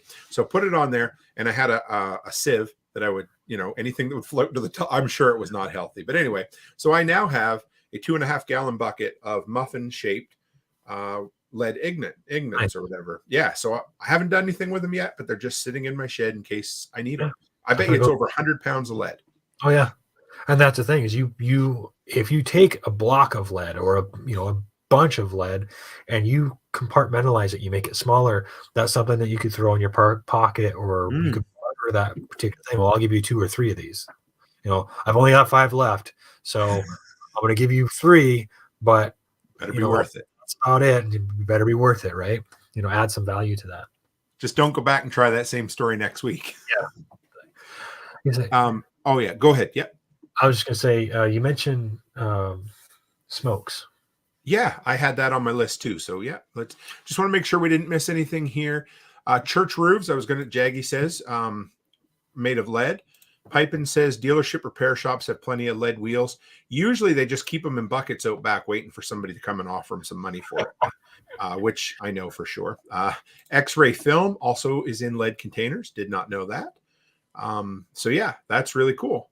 And there we are. Kentucky said, I saved a few old lead shower pans from a remodel job. 2 of them were over 60 pounds. Nice. See, this is the community hive mind. I love it. So, and that's just it. Let's talk about smokes and also dope. I think, but anyway, go ahead and we'll talk about it. Yeah. So that is definitely a form of currency. And I don't like the idea of keeping smokes on hand. But what I do keep on hand are smoking cessation things. I don't smoke. My wife doesn't smoke, but my neighbor smokes. And so I've got 3 or 4 packages of Nicorette chewing gum, basically a 30 to 60 day supply, enough to get her to where she can get off of it. So, or at Better least for you. right, because you got someone who is on it or whatever. They will do anything for a smoke, and I get that, but sometimes you don't want them to do anything for a smoke, because then you wind up finding out that your stuff's gone missing, or she knows where to get them, but someone else wants something you have, kind of thing. It's like living next door to a crackhead almost. Yeah. So okay, when I drove south down through Tennessee, I came through Kentucky. First time I'd ever seen tobacco fields. Mm-hmm. And it made me think, in a place like Kentucky, tobacco will be probably still readily available because you're going to have fields and that kind of stuff. But if you live in the Great White North, I have known people who have grown tobacco, but it's pretty rare. And I think I don't know, it depends on the laws and the weirdness. But was it wacky tobacco or? Well, so there's the next thing, because tobacco, I think if you live down south, you may have access to it. Up here, maybe not, or at least very, very little. But what every town has is somebody who knows how or has grown marijuana. So, and that's going to be everywhere. And that is a pain suppressant. And for some people, it could be a substitution. So I don't know. Respiratory, or even vices, or just someone who needs to get by. I mean, geez, our guys in Vietnam, I mean, can you imagine just not having it? Yeah. I mean, I'm sure it didn't help things, but on the other hand, it's like, what else are you gonna? I mean, how are you gonna get through the day? When you're surrounded by chaos like that. Nina said, "How about lice treatment supplies? I picked up some just because it was on clearance." You okay to talk about this one for 30 seconds while I pop next door? Yeah, sure. Okay. So, there you go. Okay, there we go. Yeah, lice treatment supplies. That might be something worth hanging on to. I mean, it kind of depends on the condition. Lice is obviously not good, and if you're going to be in a real bad survival situation or something like that, that's probably not the highest concern that you're going to have. But if you are looking like in your situation, you're in a community and you are bedding down with other people, or you're sharing headgear of some kind, then that could be a major problem. So it kind of depends on your situation. Usually, it is more of a behavioral thing, I think. Once you have head lice, there's only what you can do. But I think it'd be better off to try and find a different way, like know how to eradicate lice without the lice treatment supplies. So find out what the active ingredients are and see what it takes to come up with something similar, or see if there's actually a home remedy for lice, because while the supplies might be good while you have them, you're going to be struggling to find someone who would actually need that in the moment, like for something to be bartered, I guess. It's not bad. I mean, if it kind of depends on your situation, but I do think it's probably a harder one to peddle off.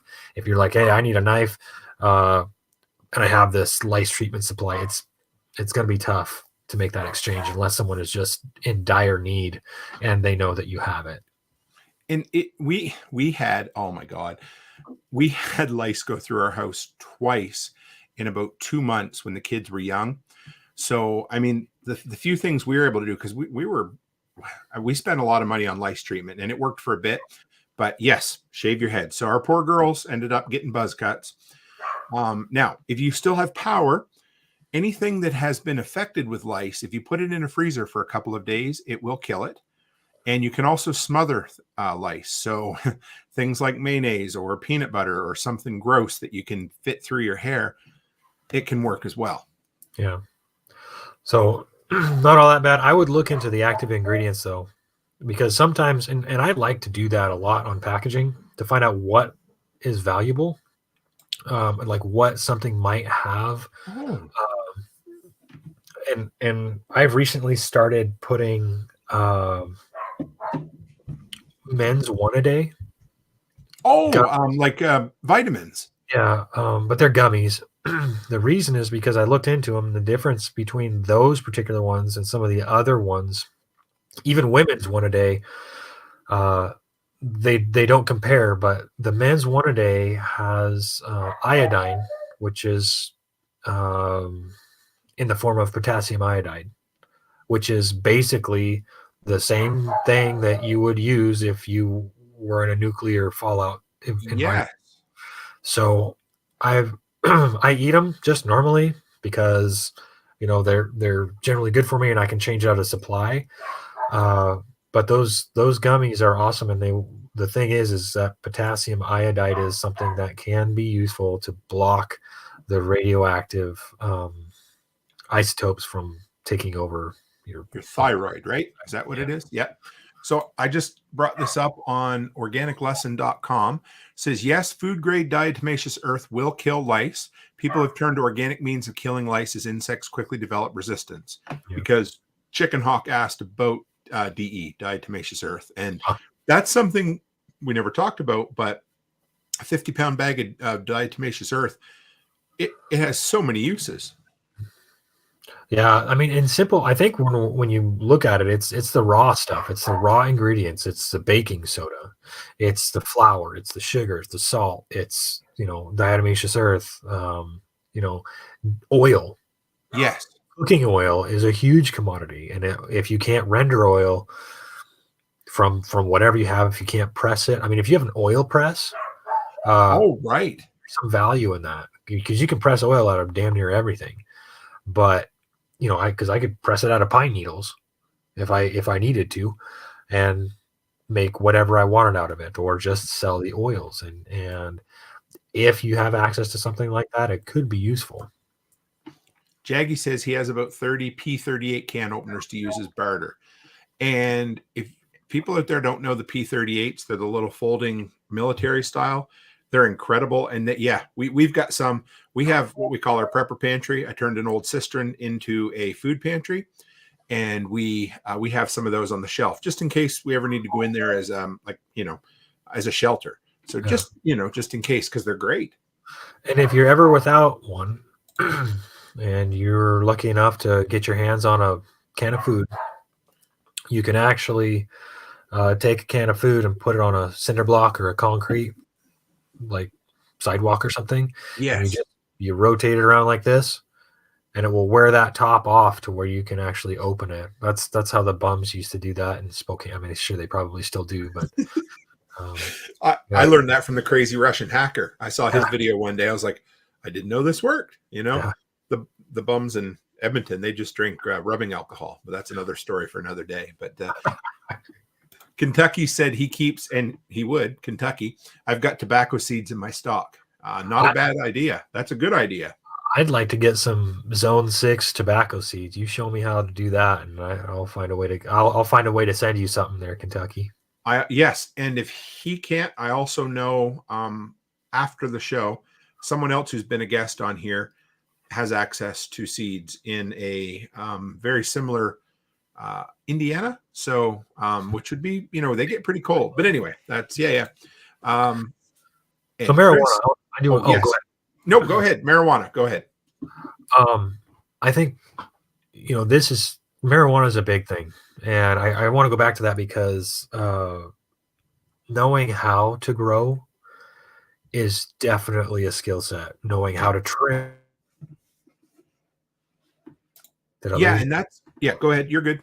I was just going to say, that, and there's something very specific that you can do with that plant, and any plant for that matter, but the growers will actually, once you get one, like one of the ways that they do it is they'll put netting across the top. Right. Okay. And as they get a bud that starts to go up, they'll break it. Okay. Oh. What happens is that plant will send up 3 or 4 more, and then they'll break those.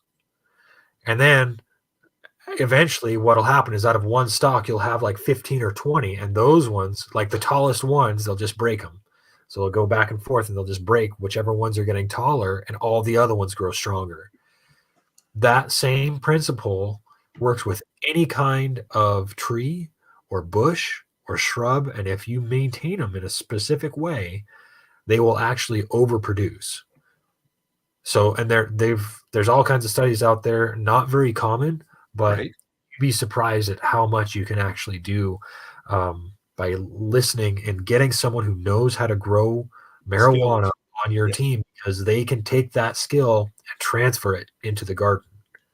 Because I got to tell you, I've known some potheads in my day, and they spend more time figuring out the best way to grow indoors, outdoors, in inclement weather than anyone else I've ever met. I mean, if you guys, I don't know, the Canadian TV show Trailer Park Boys, do you know that Oh show at yeah. all? Yeah. Oh yeah. I I mean, love that they show. are dumb as friggin' posts, but those guys, I got to do a show on prepping tips from those boys, because Oh yeah. they get by Oh, on juicy anything. stuff. Yeah, but they would actually, I mean, they knew how to grow the best marijuana out there. Oh yeah. But, they couldn't, yeah, but it didn't matter that he hadn't got his grade 10 education yet. He knew how to grow marijuana. That's just it. We're facing the time when it doesn't matter what letters are behind your name. I'm sorry to say it. No, you're 100% right. It doesn't matter anymore, and it's becoming less and less relevant. So it's very important that you either advertise your skills to select people, or that people who can handle certain things. Like I outwardly, I like just last week I took 2 batches of fresh made ciabatta bread to my friends at work Ooh. because I'm throwing feelers out. Does anybody want a sourdough starter? Are you interested in doing this? Do you want to try this? But also make damn good ciabatta bread. And there's value to that. So I went to my farmer's market the other day. Do you need a break? You good? Or Yeah, let's roll. okay. So I went to the farmer's market the other day, and there was a lady there selling freeze-dried candy. And of course, my mind. So I went up to her and I was like, "Hey, what have you put up so far? Like, what kind of food or whatever?" She's like, "Oh no, I just bought it to freeze dry candy and sell it." And she's paid for 2 freeze dryers that way. But I had to remind myself, Tim, not everybody's a prepper, and some people just buy freeze dryers to sell candy with them. Yep. And you can actually, we stumbled across this one at prepper camp. There was someone who was selling a freeze dryer for like $400 on the way home, that this guy was going to try and get after my presentation, because Wow. a lot of times people buy these machines, they think they're fancy, they get into it and realize that there's actually work involved, or they made their freeze dried ice cream and they don't like it because they probably use garbage, and they get rid of it. So it's kind of like you really have opportunities to get these machines for less than what retail is. Just look on Craigslist, look on Facebook, that kind of stuff, so that you can actually check into that. And there's options there. So I'll make the connection. Kentucky said hit him up and you guys can talk. So I'll awesome. give you the contact. I got contact information behind there. So Chris Dixon said put a can opener in every container, tub, or pail. And they're cheap enough. You can buy them, even just cheap ass ones on Amazon are cheap, Yeah. I've actually toyed around with the idea of basically, so if you open an MRE, there's a little sealed package inside there that's got like Tabasco, salt, pepper, book of matches. Yes. And I think they have like 1 or 2 other little dinky things. And I've toyed around with a similar idea where it's like, if you throw a 5-gallon bucket together and you want that bucket to be, a 30-day immediate supply that you can grab and go if you have to run from a tornado or a hurricane or something like that, put the stuff in there that you need. Like, yes. And just throw it on the top. Just make sure you got toilet, moist wipes or something, silverware, some sort of utensil, little things like that, and try and condense it into a flat package that you can vacuum seal along with the rest of it. That way, if you have a bucket and it's ready to go, then you don't have to worry about rounding up all that other crap. Or if one thing you could do is, like, I'm thinking of starting to do this now, is just when I go up to visit my parents, just take a bucket with me that's already ready to go and throw it in the shop, throw it in a closet, don't tell them what it is, and just leave it there. So if they get stuck, then it's like, just, there's a bucket in the garage, just open it up, you're gonna be good to go. That's like clandestine prepping, for someone else. Yeah. When we go, I love wings. I'm a wing guy. I used to like ribs too, but wings, and they're messy, right? Yeah. So wing joints always have the best moist tellets, the little, and up here we have a restaurant called Montana's, and theirs are like almost the size of a napkin, and they come in a plastic wrap. So I will always ask for extra. Yeah. And then I will throw them, and my wife will put them in her purse. Or if we're out to the hotel, we put them in our grab and go bag. And then, I mean, she's got a whole stack of them in her purse, but they're awesome. Yeah. And it's especially if you have to clean something. That's actually one thing that I had on my list was any kind of sanitary supplies. Oh, yes. Not the supplies, but the means to make sanitizer, the means to make something clean. Like there are ways that you can make dish soap and things like that. But if you have the powdered bleach would work. Components, yeah. If you have, I like one thing I really like is it's a chemical that I use for brewing. It's called One Step. Yes. And basically it's a powdered detergent, but it's food grade, and you can take just a small amount of it, make several gallons of food grade sanitizer, and it'll last until you're done with it, till that container's empty. But it weighs almost nothing, and it's a powder, so you don't have to worry about it spilling and leaking all over the place. BF said, look for Bucket Barrel Guy in your area. Have one local that sells food grade 5 gallon for $1. You wash them, and $1 for lid. That's awesome. cheap. Yeah, you can't get Homer buckets or Marge buckets from Lowe's for $1. So those food grade buckets are different. If they are round top, if you add the Gamma Seal lids to them, I really like those. Square tops are kind of tricky, especially in some of them, because what I'll do is I'll cycle through my chicken feed in those. Oh, okay. And I put them in totes because I don't have cats, don't like cats, but the trade-off is that I get mice and I have to deal with mice. So I just kind of make sure that it's not, it's in a package or a container that they're not going to be able to get into. And that's what I'll do is I'll get those food grade buckets and then open up a bag, put it in those food grade buckets, and tamp the lid down. I don't really use that for my own personal food storage, but dog food, pet food, chicken food, all that kind of stuff, because you can still rinse them out and use them as a 3-step wash or something like that if you had to. And another thing, if you're getting round buckets and you're going to seal them down, don't forget to have a bucket opening tool around, because in a pinch, a hacksaw will work, but you don't want to wreck the material inside either. But make sure you got a way to open them. Dixon says Sandy Clean is what I use, and it doesn't stain if it spills. It's a slight blue, so you know not to drink it.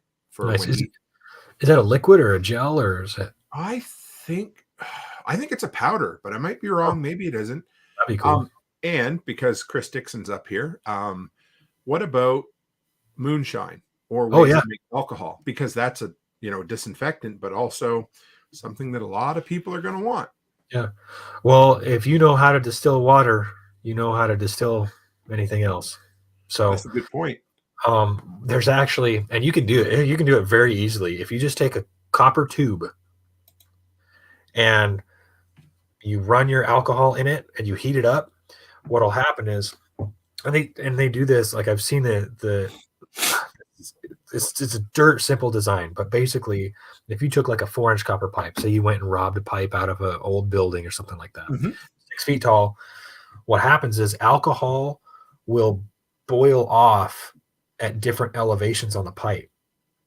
So if you want certain types of alcohol, you just go up to the height that you're planning for. Like if you want the really potent stuff like ethanol or methanol, you go all the way up to the top and drain that off. You can use it for parts cleaning or other stuff. You don't want to die, because that's how people die, drinking that stuff, going blind. So you go down a couple of steps more, and what it'll do is it'll take all the methanol off, and you basically it'll go up to that point, and then you have a place for it to drop down basically and funnel out, and it will precipitate down into a container. And then you just do other ones off lower, and you just have, all you need is a heat source. So you could do it with a damn Sterno stove if you had old wine, or maybe you made some hard cider. Like the easiest way to get booze is with apple juice. I mean, that's what we did. Back in the 1700s, they just have a big barrel out front of the bar, and then you just take your mug and dunk it, and walk into the bar and make sure you had one on the way home too. But it's so simple. I mean, you just put the apples in water, add a little bit of sugar and yeast, and you're done. And you can make as high alcohol content as you want, really. And it really, Applejack too. So you don't even have to heat it. Right. Applejack's pretty awesome because you just freeze it and then take the ice off the top. And then, especially up north, you can still have that. That high alcohol content can go even higher if you want to try and boil it off, or if you want to use it. Because what do you use ethanol and methanol for? Fuel. Yeah. So, I mean, your ability to be able to manage alcohol in such a way where you can get some of that stuff off, you're not gonna get very much. But if you are able to get some little bits at a time, you can hand that off to folks, or you can, build a small stockpile or something like that. On the East Coast, it was very common for guys to take a gallon of apple cider and set it up in their floorboards in their basement near their heat vents, and just let it ferment. I mean, apples, like you said, they're the wild yeast that's on apples. You try to keep it from fermenting. If it's at room temperature, you can't. No. It's almost impossible, and it works, and it's good. I always enjoyed it. Yeah. I mean, that's one of my favorites, and I actually have a still, but it's an electric still, so it's for making fuel, still water. Oh, right. But I mean, basically everything that comes out of it is high octane. I mean, it's the same grade every time, consistent, no problem, and clear. I mean, so for me, it's safety, and I can kind of build on it and build a little stockpile. Sometimes that's a little bit much, so you have. But did I lose you? You're still there. I can hear your audio, but yep. I was just going to say, so, even if you have a mason jar, because I just keep it in mason jars. But if I have a mason jar, then I can, cut that with some other kind of juice or something like that. One thing too that you can do is put it with other fruit. So like raisins, if you take golden raisins and you put gin in it, that's actually an excellent way to help with like. I'm going to show you something. I got some moonshine here.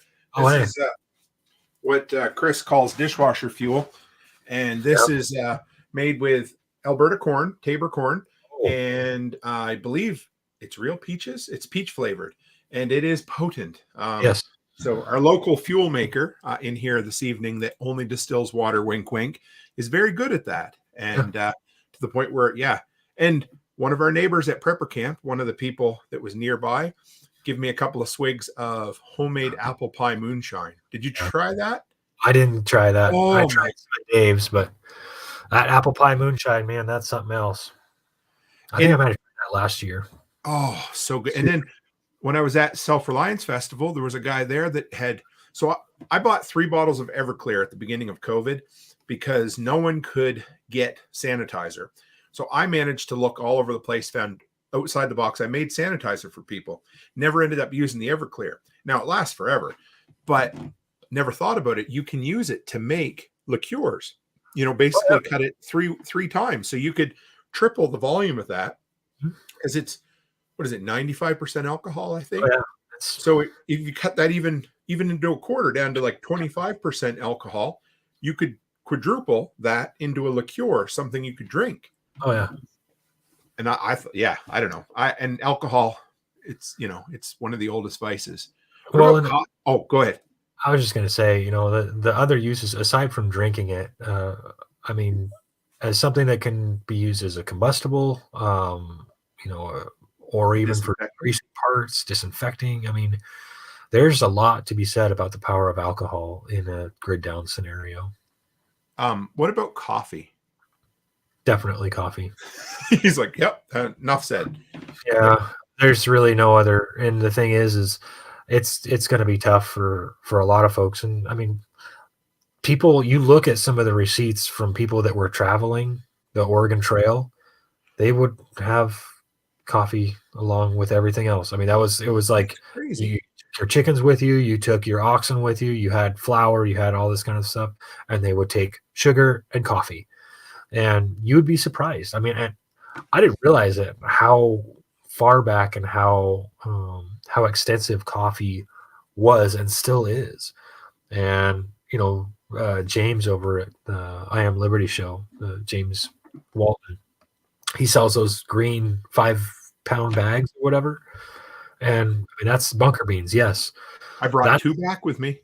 yeah, and that's the way to go. One thing I would like to try is freeze drying coffee. I haven't done Yes. that yet, but I'd like to make basically a cold brew where I just put it in, press it, and then put it in the freeze dryer so that I'm not expending any energy to make the coffee. I'm just letting it tea basically and then put it in. When I became a coffee snob, started drinking, fresh roasted kind of nice coffee or whatever, I had 6 of those 2 or 3 pound containers of Maxwell House that I used to drink. So I dumped it all into a 5-gallon Mylar bag, sealed that up, and then put it in a 5-gallon bucket, because I promise you, if there's no coffee, I'll drink it. I don't care if it's 20 years old. Yep. And there are other forms of coffee. I like Joggy Thistle. Drop this in chat. Oh, yes. Ground coffee, mushroom coffee, pine needle tea is another one. Similar effects, things like that, where it's really you get the stimulant out of it, and some of that, especially the early morning part, the habitual portion of it. It's the same as a smoker chewing on a pen. Yeah. From what I read, the Europeans introduced dandelions to North America as a coffee substitute. You take the root out, dry it, and grind it up. Yeah, I never tried it. I haven't tried it either. And every time I wind up chasing down dandelions, I put them in a bucket, and I never wind up doing anything with them. But I mean, they're here, so it's like, well, when the time comes, I'll go ahead because dandelion wine is another one. That's a whole show topic on dandelions, man. We should we could do that. We could do so you've done some alcohol, have you? Like different types of homemade alcohol and things like that? Yeah, I've done plum. I have not done dandelion. That's one thing that I want to try, and then I've been told that it's delicious and very high content, very potent. But I've done plum, I don't know, a handful of different ones. I did blackberry, rhubarb was another. I did raspberry one time. Peach. I always used to have access to a whole bunch of what I call second peaches. So the ones that would fall off the trees. A buddy of mine had a peach tree, and I would make peach wine every year. I've actually got a gallon in an old pickle jar up on my shelf that needs to be bottled, peach wine. So I love it. And I've got Jack Spirko from the Survival Podcast. He has, I forget what he calls it, but it's like his dead simple apple cider recipe, and it's just basically the cheapest something you'd make in jail, but the cheapest apple juice you could buy anywhere, and add some yeast and some sugar, and I've still got 3 1-liter flip top bottles of it up there. It's great. Yeah, and sometimes that's nice to be able to take the edge off too, and just there's some camaraderie that can happen around a fireplace at night. Apple wine. I have made apple wine before. That's pretty good. And dandelion and burdock. I don't know if that's wine or. Going to shout out my cousin Rodney Marshall from New Brunswick. He popped on tonight too. So good to see you, buddy. Haven't talked to him in a few years. He got into CB a few years ago as kind of a just a worst case scenario to be able to connect or chat. So that's really cool. Yeah. LG says homemade peach wine. It was amazing. An older Korean lady made it and was so good. Yeah, in fact, kimchi is something kind of interesting to you. Will they actually? So there's a lot of foreign exchange students that come over to this region to go to the universities in this area, and I was told of a story where basically the lawnmowers, the landscapers couldn't figure out why they had these spots in the ground. It was like they would do everything. They would water it. Everything would be fine. They fertilize it. They do their cuttings, and then they would get these spots where the grass was tan, dead. Okay. I couldn't figure it out. Well, then a little bit later, they found out that what was happening is these college students were making kimchi, and they were putting it in mason jars, and they would dig a little hole, save the grass, put the kimchi underground, and then put the grass back on top, and it would ferment underground. Really? Never heard of such a thing. I was like, what? But I mean, it works, and they made some killer kimchi, I guess. So BF said chicory. I've read it. I don't know chicory myself, but it's always in the post-apocalyptic books. You know, I think it's a New Orleans special where they make chicory coffee, or like half coffee and chicory, but it's supposed to be good. I had one more, and delivering mail. So if you're a traveler, for instance, in a post-apocalyptic wasteland or whatever, and that tends to be a bit of a trope in some of the movies. So, Yeah. you know, whether it was Kevin Costner in The Postman, for instance, in Jeremiah, what they had was a bulletin board. And so if you were traveling through, so it was like a local coffee shop, and they had a big cork board. And if you were traveling through and you had information from a town or from a person, you would go in and you would trade that information for a hot cup of coffee or whatever. And then you would put it up on the board. I got thinking, if you were traveling around, it would be pretty neat, because communication would probably be non-existent or maybe very minimal. I think it would be kind of neat. Poor Ryan. I think it would be kind of neat to maybe offer an information trading service or something. Yeah, and you know, the bum, Sarah Hathaway brought this up in her presentation. I thought it was pretty valuable. But the bum language, oh yeah, not cryptographs, but what do we call them? Yeah, they're like pictograms, basically. And it's a symbol. It's a knowledge that they spread from each other, indicating, you know, that there's sympathizers this way, or, you know, there's trouble that way. Don't go that way. Communication opens up. I mean, it's like, what is it? Necessity is the root of all invention.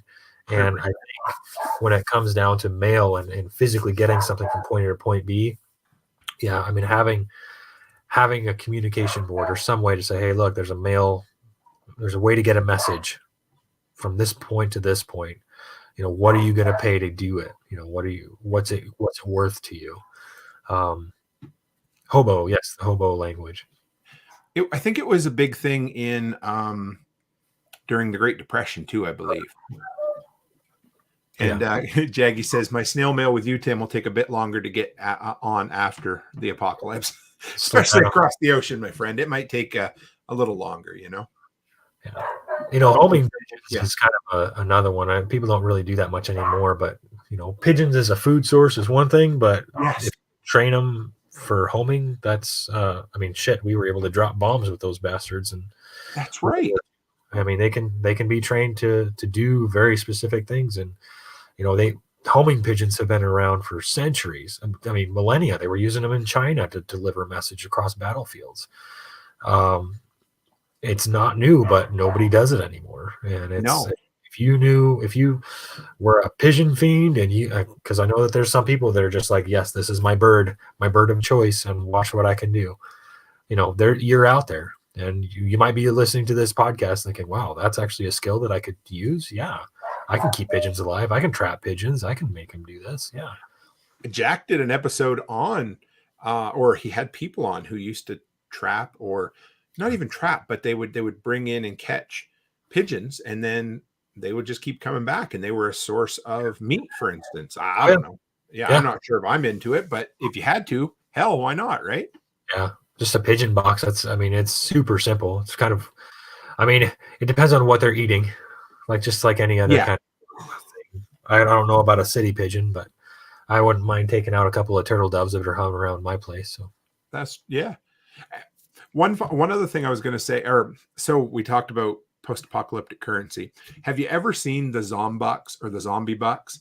They were, I've been trying to get my hands on them, but there's a huge premium on the market. They come out about 8 or 10 years ago, and they were very similar to the state quarters that came out, but these are 1 ounce silver coins. Really? And they have things like, you ever see that movie or hear of it, Pride and Prejudice and Zombies, you know, where they took the book and then they added zombies. Nate has a copper round. So there was 8 or 10 of them. They were 1 ounce coins, and they had zombie pictures on the back. So it would have been like, you know, the not the Statue of Liberty, but things, recognizable symbols that they turned into zombies. So they call it the currency of the apocalypse. So that's killer. What's it called again? Zombux, Zombux or something like that. Kentucky says I have got some of the zombie rounds. So if anybody out there is interested in trading for a couple, I would love to get my hands on some. I even have some workshop silver that I held back. Some of the Toolman Tim silver rounds I just had done, I'd be willing to trade for. So that would be, I'd love to try that. Well, it's kind of mentioned you said that trading, a lot of times we've been talking about an exchange. Like I want something you have and I have something of value. So let's exchange those two things as in two different things. Yes. Like I want food, you have ammo, let's make it work or whatever.